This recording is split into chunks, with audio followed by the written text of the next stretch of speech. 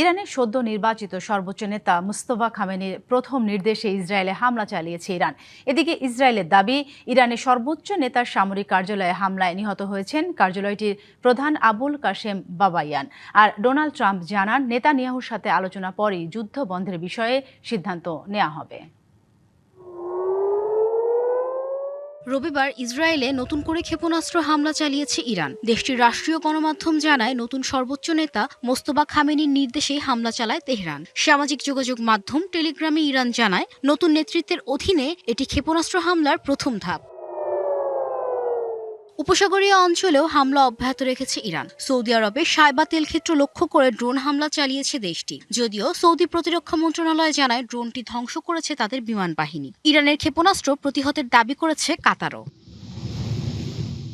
এদিকে দক্ষিণ লেবাননে ইসরায়েলি বাহিনীর ওপর হামলার দাবি করেছে হিজবুল্লাহ। বাহরাইনের রাজধানী মানামার দক্ষিণে সিত্রা এলাকায় ড্রোন হামলা চালিয়েছে ইরান। এতে ৩২ জন আহত হয়েছেন বলে জানায় দেশটির সরকারি সংবাদ সংস্থা। এবার নগদে পাচ্ছেন হেলিকপ্টার অফার, তাই কেনাকাটার পেমেন্ট নগদে করুন আর বুঝে নিন ২০০০ টাকারও বেশি ক্যাশব্যাক সহ হেলিকপ্টার রাইড। পেমেন্ট শুরু করুন আজই।